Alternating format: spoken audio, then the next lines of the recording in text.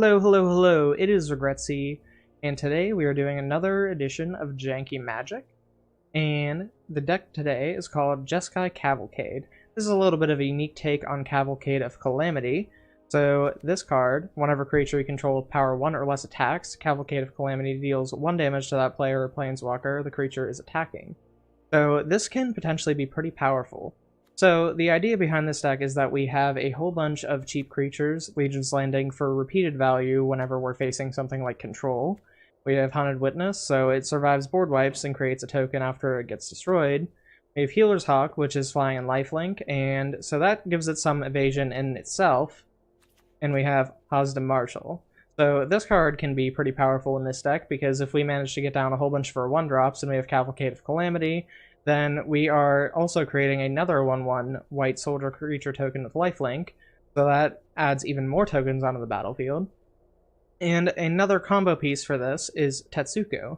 So Tetsuko makes it so that all of our creatures that we control power or toughness 1 or less cannot be blocked.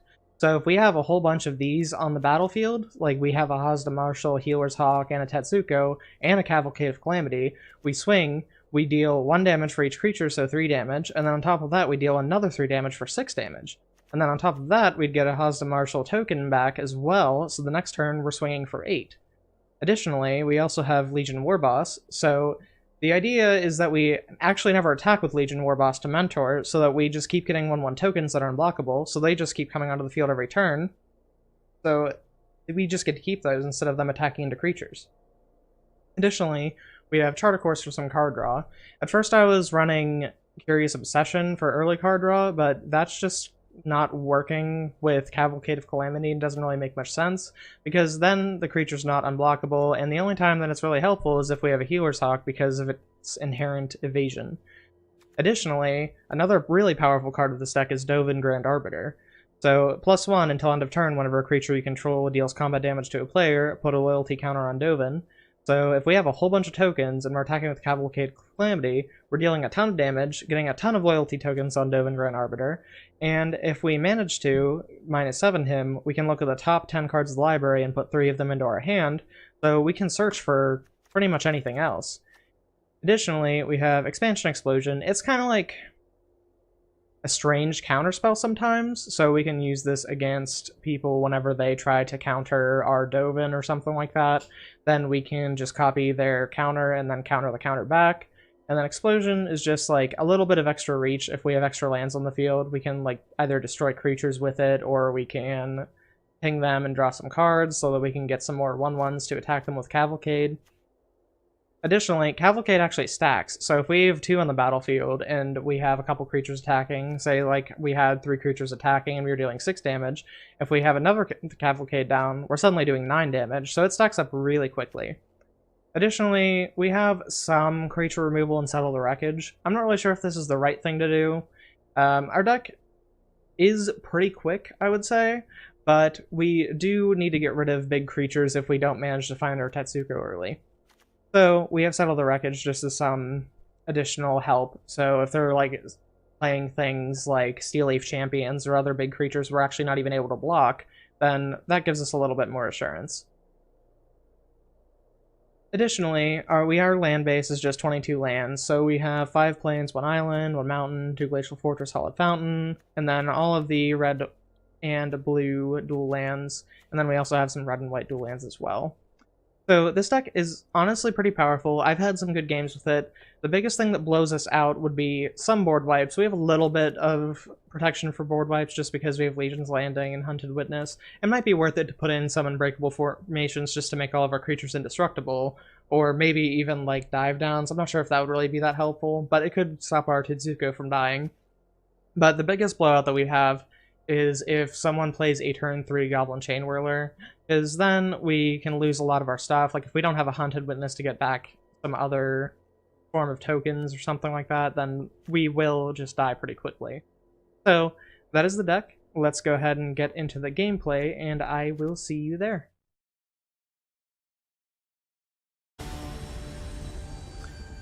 Alright, Jeskai Cavalcade, let's go. See if we can get a good early hand. So, I'd prefer to actually have less lands just with all of our cheap spells, but I think that this might be okay just since we have Hunted Witnesses that allow us to get those tokens back. We'll actually keep this and hope that we draw some more action.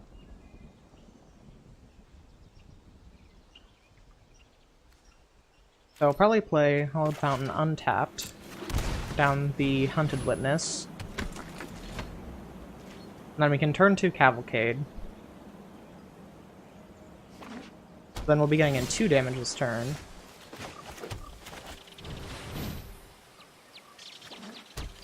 Okay, we dodged Spell Pierce. See what they do here. Opt. I'm interested to see if this is Mono Blue Tempo or some other control deck or the Drake's deck.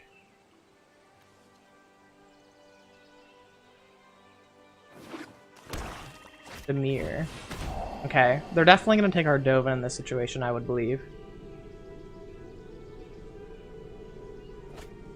Yep, there goes Dovin. That's unfortunate. He was a really good draw there. Unfortunately, we don't have double white. So we'll just play the other Hunted Witness. Just play around board wipes, potentially. Could be running Golden Demise, or they might have Ritual of Soot in hand as well, so I'll just keep back the Healer's Hawk. Because they will have to deal with these Hunted Witnesses at some point, because they're swinging for 4.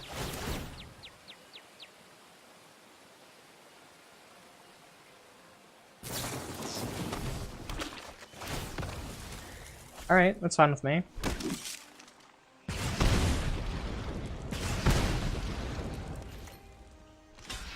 Okay, and then he blocks the other one.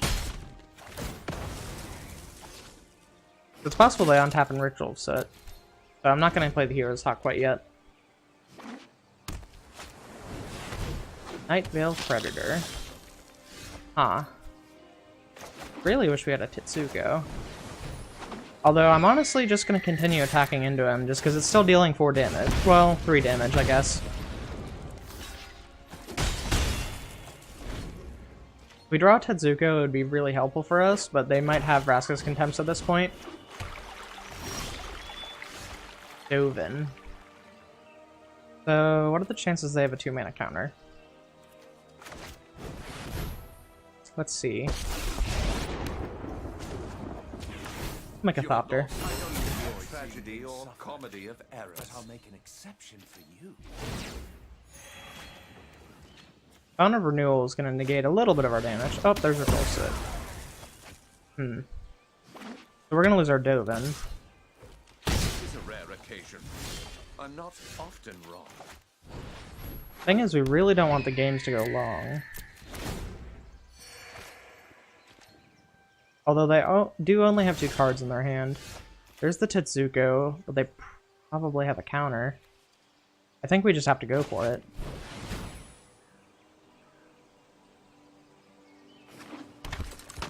Perfect. Now, here's the real question. Are they going to cast down our Tetsuko, then block the Healer's Hawk?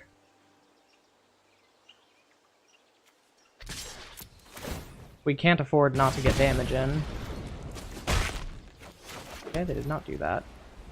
There's probably an argument for keeping that Plains in my hand just because, you know, to make it seem like we had a counter or something. So now we don't really have any kind of bluff protection. Glacial Fortress. I'll keep that in my hand. This is going to deal 4 damage. Okay, we're making progress. A Legion and Warboss would be really nice right about now too, since it's unlikely they have counters. They could have drawn some. More lands. Specifically, I only put 22 lands in this deck just to make it so that we didn't draw that many, but I did make it so that we had enough to play our 3 and 4 drops, so maybe there's an argument for also decreasing the amount of lands.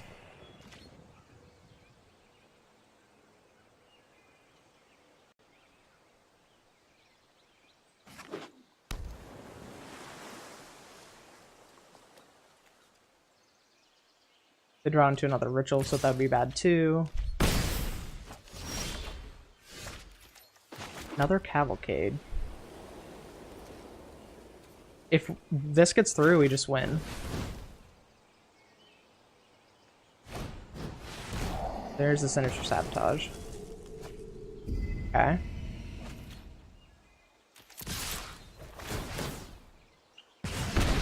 Well, they're going to be down to 2, but then back up to 3 from Fountain of Renewal. But if they don't draw like a board wipe or something next turn, then we just win. There's the Opt. I'm assuming that's Desperation. If they don't find anything here, maybe they'll sack their Fountain of Renewal. Right to the bottom. That's good for us. Resolve the Multifarious. Prevailing.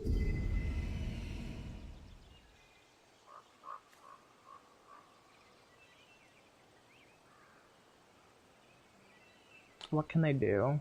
Looks like they're looking at Tetsuko. Maybe they have something to kill it in hand. They have 1 card left. Is this it?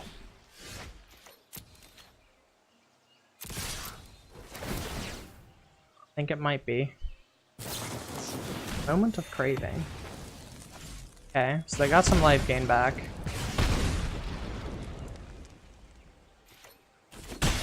So that buys them 2 turns.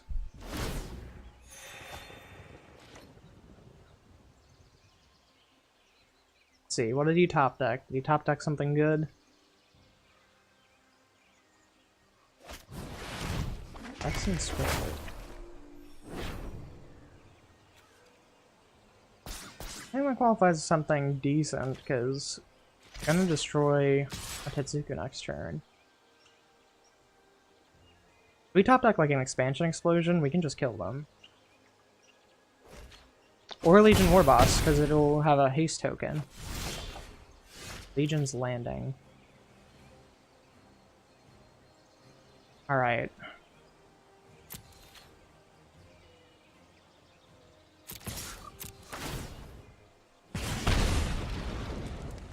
We don't want to play the Legion's Landing just because the Phyrexian Scriptures is going to blow up all non-artifact creatures.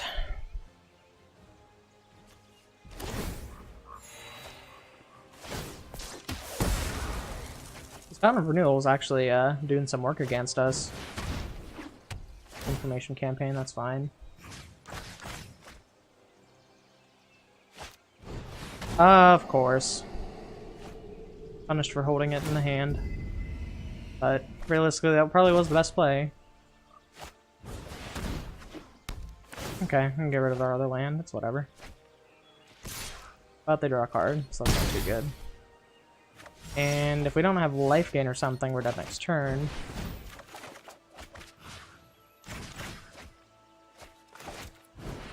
Yep, that's all we could do. Well, that was really close.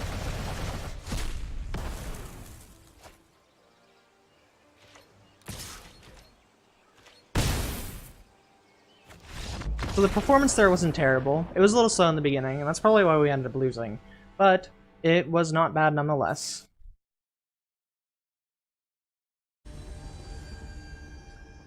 Alright, let's see what kind of hand we get this time. This is pretty good. I'm definitely going to keep this one. So we have a lot of action on our hand. Let's see what they play.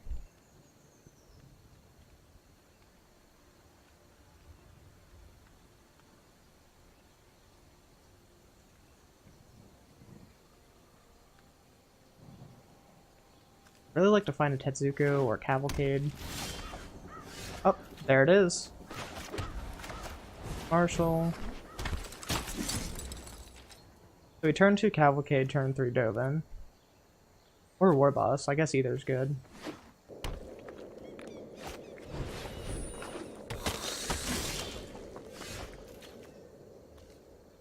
I guess we can't turn 2 Cavalcade, I didn't look at the mana base. Alright, that's a little bit unfortunate. Get down the other Haazda Marshal. No tax.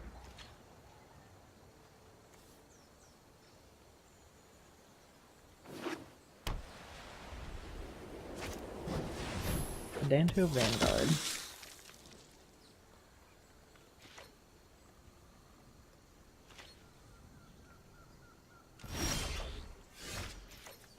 Another Cavalcade. No attacks. It's really unfortunate that these are coming in tapped. Slowing down us quite a bit. Might need to do some changes to the mana base, just because this doesn't seem to be working the way I intended. I've played a lot of games with this deck so far, and it seems pretty powerful once you get it going, but sometimes you just have this kind of situation where your lands aren't cooperating with you. Well, that's just Magic in general. Probably has a removal spell, it looks like.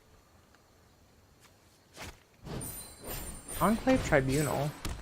That's interesting.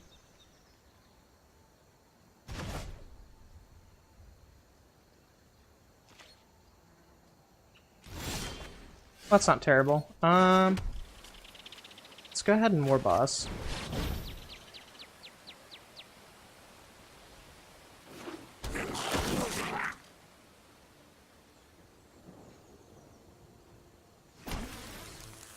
Get in 2 damage.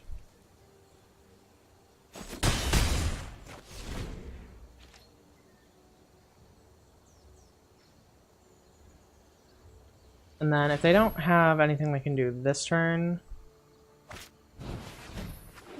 next turn we can potentially start getting some tokens. Okay. So this is getting a little scary. We're probably going to need to get a Settle the Wreckage.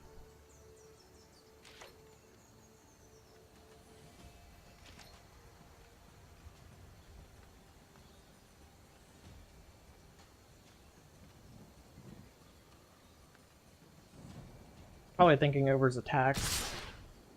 Didn't have to do that much thinking, I guess. We're gonna have to take this. We can't afford to lose the Legion War Boss.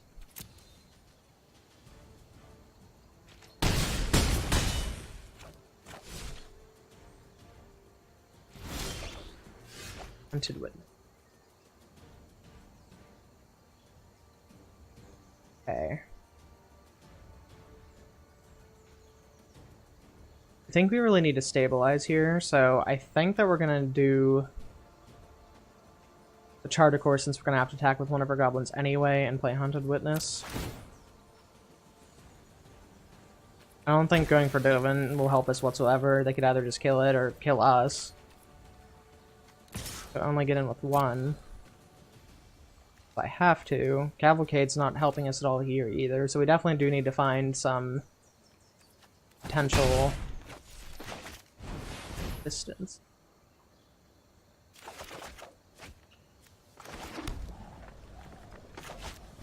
I guess we can get down a Cavalcade anyway, since we're not doing much else.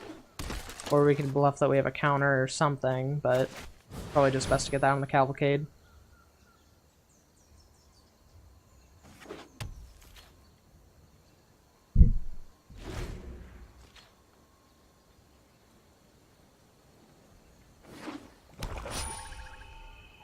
Okay, those two have flying, so I can no longer block them.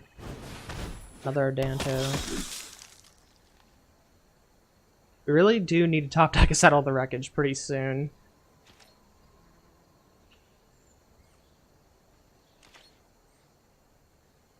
So if I had to guess, we'll get in with both these and these. Actually, let's get in with all of those.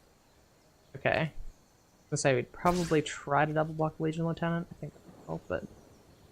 Okay, so we have to block here. We will block and block.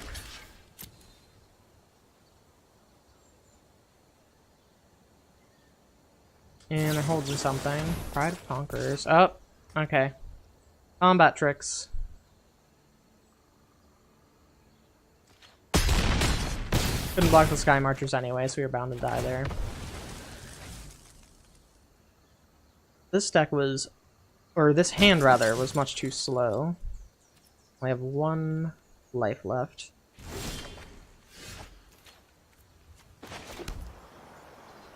Well... Guess let's see how much damage we can do before we die.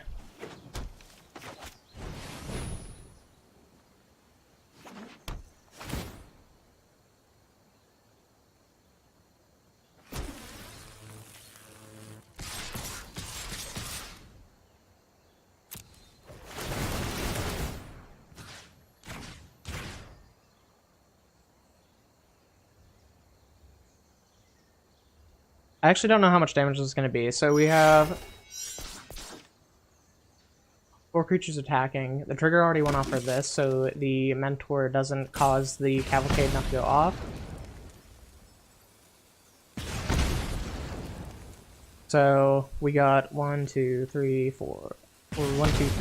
triggers on 3 of those, so that would be 12 damage. We might have just won, actually. I didn't do the math very easily, but I think we might have. Let's just wait and see.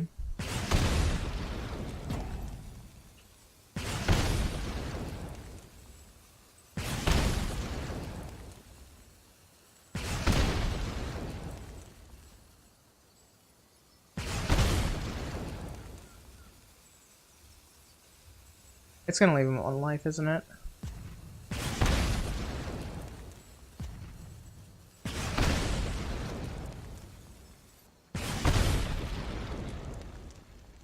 Can't block it all, can he? No, he can. If he blocks our 2/2/2s, he just wins.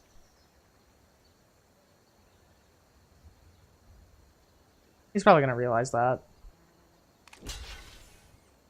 So, we do gain 2 life, but that's not gonna be enough. That was a really close one, too. It's really unfortunate.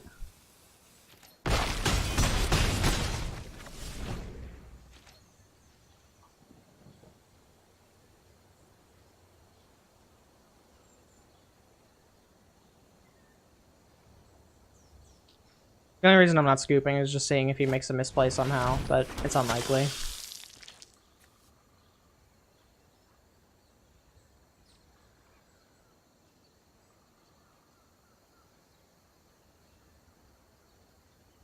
What ends up happening is I block the Adanto Vanguard, and then he'll die, because I'll be at 4 life, and just with those 2, yeah. Couldn't even block him because he only attacked with those 2 and couldn't block it, so that's how it goes.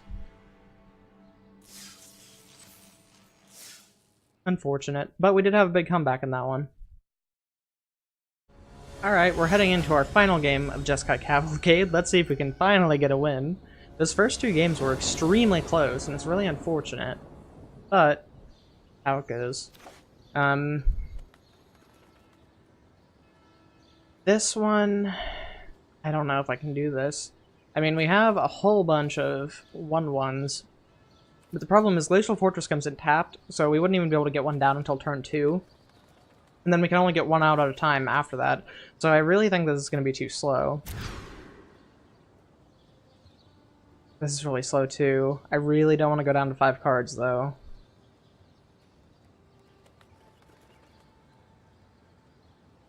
So I'm going to hope this is a creature matchup, and we'll have Settle the Wreckage. So maybe we can come back from that. I'll keep Card of Course just for additional card draw. Okay, so it is a creature matchup. Hopefully they do not have the turn 2 Steel Leaf Champion. Okay, looks like they're Golgari or Sultai. We'll see what happens. Another Llanowar Elves. They're ramping like crazy.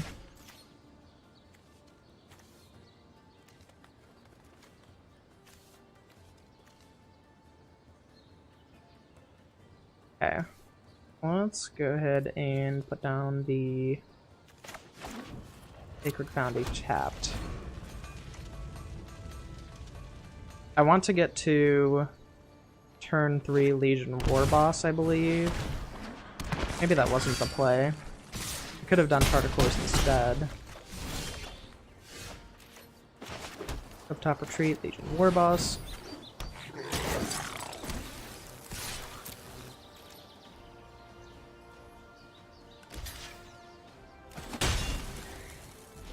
Okay. They do have a ton of creatures on the field, but if they slip up and attack with all of them, we might be in okay shape. It's fine, I'm gonna have to take this damage. See what else you have. So only 1 unknown card. That's a Carnage Tyrant, I'm gonna be really upset.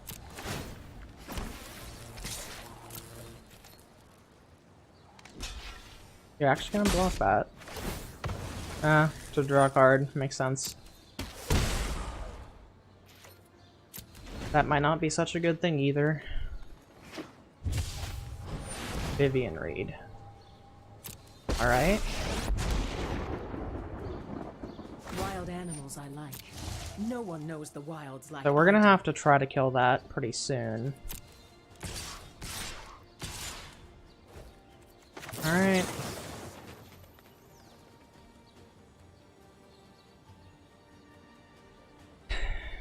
The problem is I don't really want to settle if we're not hitting the Midnight Reaper, but...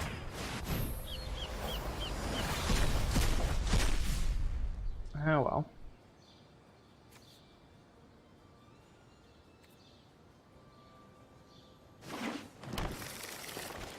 They have a ton of mana now.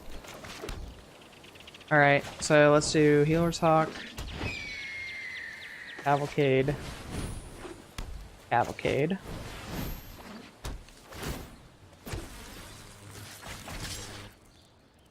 Attack the Vivian Reed, get the 2 procs off of Cavalcade, so she's down to 4. Most wounds. He's gonna end up blocking that with Midnight Reaper.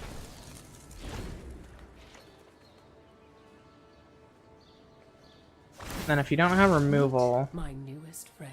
Vivian Reed will die next turn. Bloodwraith Walker.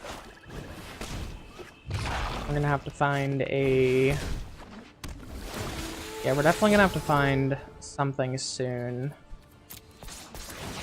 They have another Vivian Reed waiting for them anyway.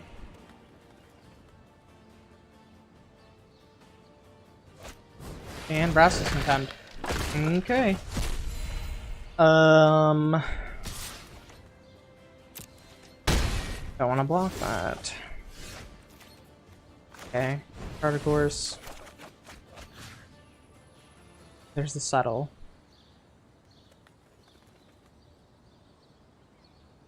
Alright, so... let's see how I can live this.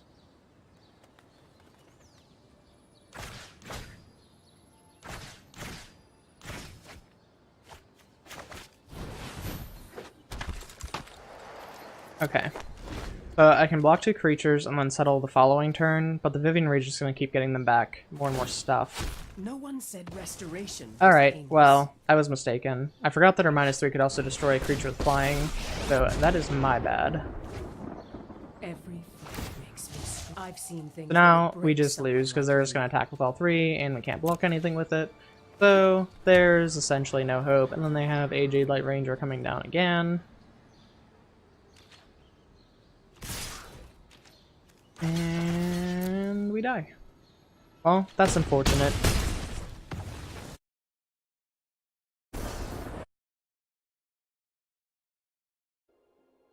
So this week, we unfortunately managed to get 0 wins.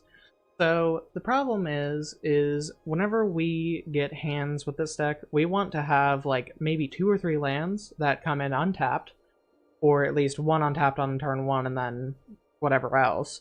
But the problem is that whenever we don't have those lands untapped and whenever we have 2 little action in hand and mostly lands, it kind of just falls apart. So we need to get down things early. We need to get down a ton of early threats. We might need some more white mana, because in the games we also found out that we only had 1 white mana for most of the game, so we were only able to play 1 thing at a time from our hand that we had that was white. So there probably needs to be some work on the mana base. The deck definitely needs to be refined. I'm not sure what all of that should be taken out. I'm not sure that Settle the Wreckage is a good option, but it definitely saves us against some matchups, but people are very wary of it, so it's kind of hard to get it off. So in the first round we played against a Dimir control build, and that went pretty good. Honestly, we would have won if they didn't play a Fountain of Renewal. But we got them down really low. We got them down to essentially 1 life multiple times, and we should have probably won that game, I would say. And most times I would say that we would have won that one, but the Fountain of Renewal screwed us, and there were a few other things too. Unfortunately, we didn't even get to get a Dovin down across any of our games as well, so I didn't really get to showcase how powerful that can be.